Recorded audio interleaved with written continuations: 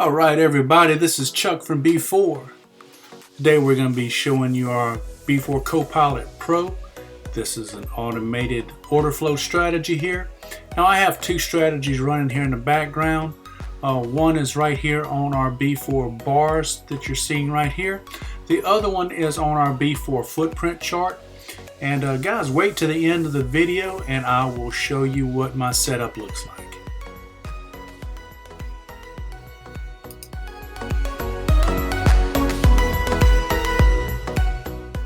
Guys, if you can, please like and subscribe, and we would greatly appreciate it if you watched all the way to the end. It helps our ratings.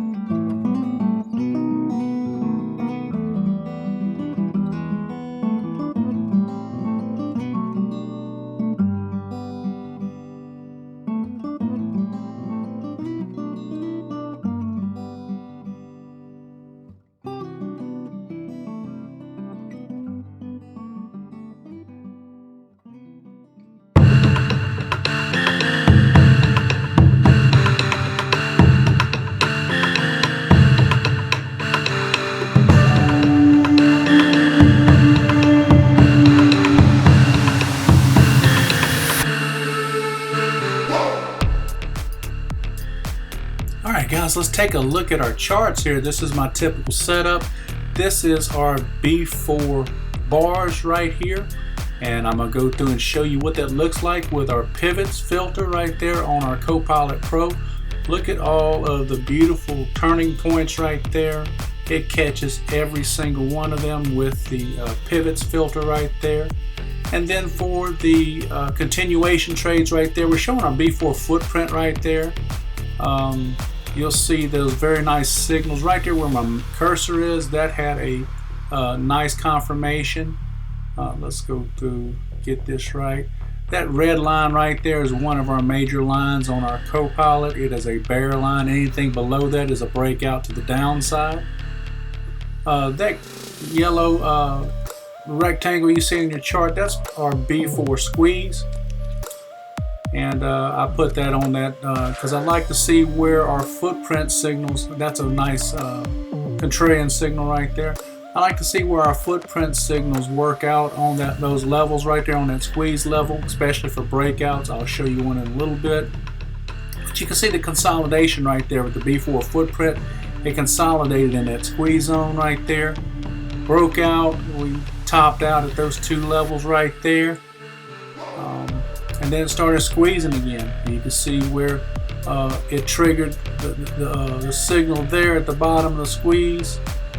Then we had an exciting movement right there as it broke out of that squeeze to the top side. We see that cyan candle right there, a lot of movement. And then it consolidated right there near our bull bear line. That's our mean, where we expected to stop out. That was one of our targets. Chops around a little bit here, comes up to our bull line and rejects, comes back down towards the mean. We get another signal that signified a squeeze zone. We had another squeeze zone and a breakout to the upside. That squeeze zone that's red right there, it was green originally whenever it did, and when it broke out we had a lot of momentum. Anyway, that's a good preview of our system right there. Thank you guys for watching.